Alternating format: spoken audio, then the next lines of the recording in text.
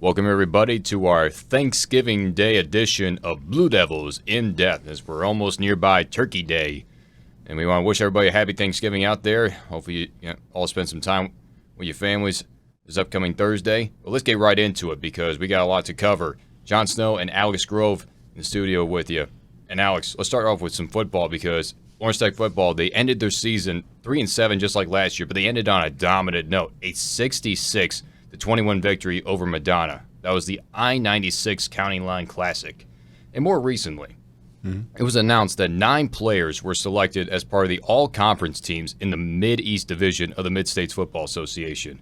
And Vincent Robison, our place kicker, he was voted first team all-conference.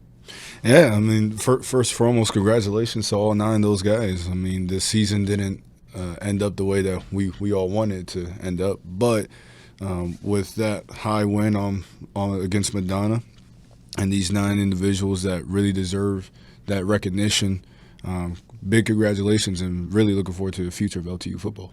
That shows all their contributions on the field and off the field, in the classroom, and all the way around. And speaking of more awards, let's talk real quick. Cross country, they had 4 selections of the all-conference honors within the WHAC, and then women's volleyball had 3 players earning those honorees. And as we get, let's move away now from the awards, let's talk about some main headlines, and that is women's soccer, because this has been one heck of a season for women's soccer. And unfortunately, they fell in their first ever WHAC tournament championship game, losing to Northwestern Ohio 4-0.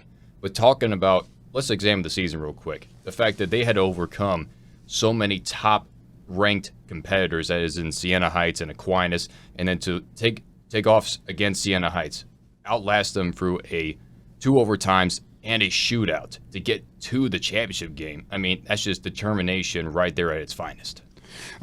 It's kind of funny that you said that you talk about determination, because before the show we were talking about how the Detroit Lions were with that, how determined they were, and that's one of the big words in all of sports: determination. Are you willing to be hungry for that next play, the next goal, the next whatever it is in your sport?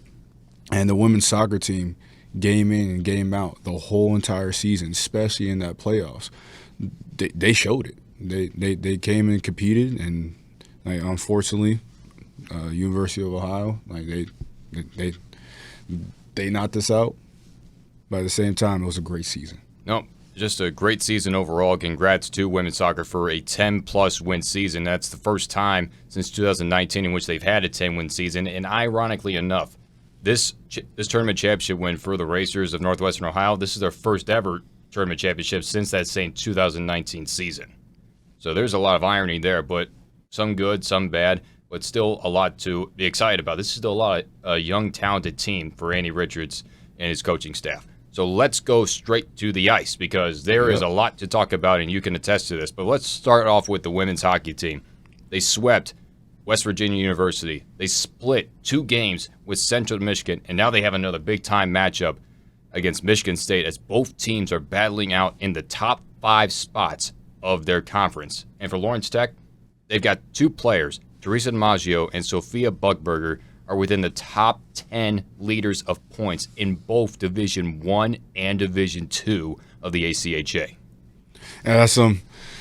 Well, I can attest to the Central Michigan program when hearing about their split. They got a really good program in the hockey sense there, so playing against them is definitely always a matchup, both men's and women's hockey. But to see 2 of our players shine in the top 10 of points, remembering the stories, and also remembering seeing how the women's hockey program started, right? Not a lot of people on the first year, right? You had a short bench playing Ironman hockey every single game, right? You were facing that loss record almost every time, but now you've seen the growth and the leadership in the senior group, and also the growth in the freshman, sophomore, and junior group as well. And it's very exciting. This team could really have a chance to compete for a championship. Definitely, hopefully we'll be able to see that within the years and seasons to come. Now transitioning over, you as a member of the Division III team, you guys had a good matchup, and you swept at home 14th ranked Purdue. You guys took the Boilermakers to their absolute limits, and now you guys are also within the top 10 of the Division III rankings at number 8. So talk to me about a player perspective about taking that sweep and being within the top 10 rankings. Well, it's huge. At first, they were ranked above us when the first rankings came out. They were originally ranked 9th, and we were ranked in the spot they are now in 14. No, we were ranked 12th. So excuse me. And with having that mindset, like, okay, these guys are ranked higher than us. This is what the league thinks. They think they're better than us. Bet that. Let's showcase it on the ice, and we did.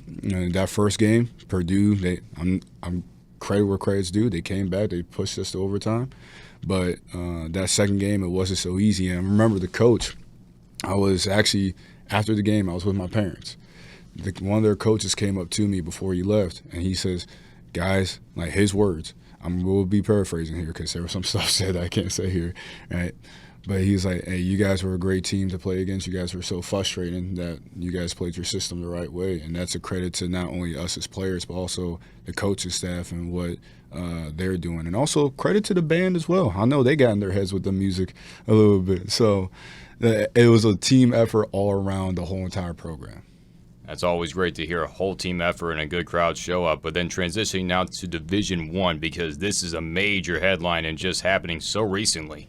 The Division I team just handed the University of Michigan Dearborn their first ever losses of the season. That team was 13-0 before going into that 2-game series.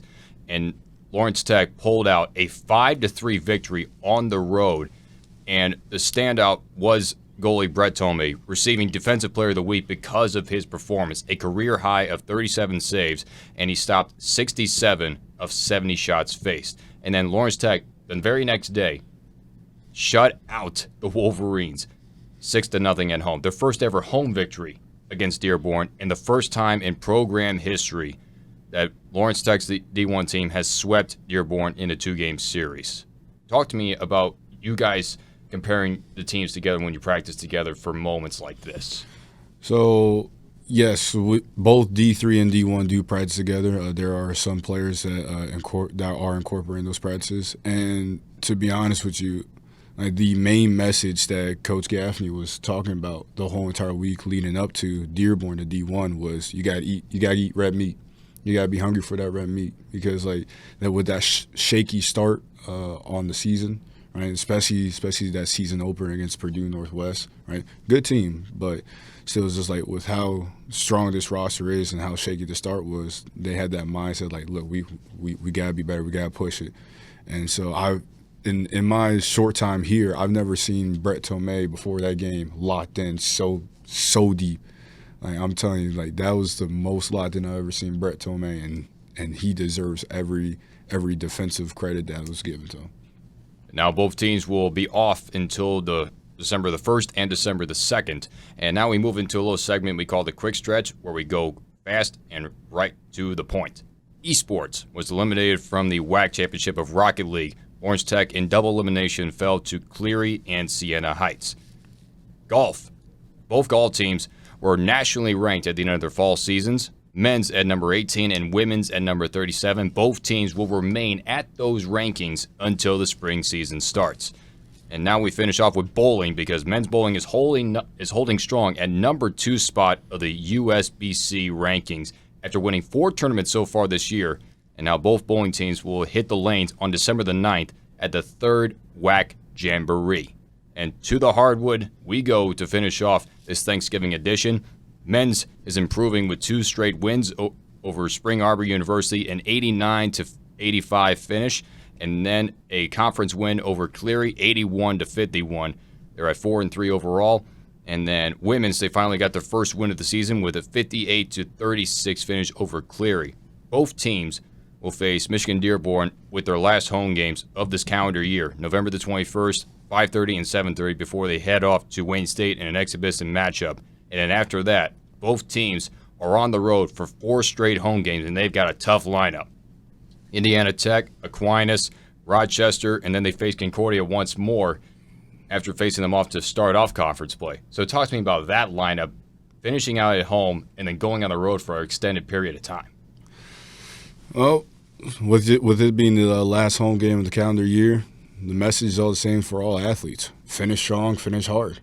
And you want to make sure you leave that impression of the year. And with that lineup that you just mentioned on the road, it's going to be a tough one, but they got to dig deep. Well, that's going to do it for us here at the studio. Alex Grove and Jon Snow signing off for now. We thank you for joining us for Blue Devils in Depth. Happy Thanksgiving, everybody, and enjoy the turkey.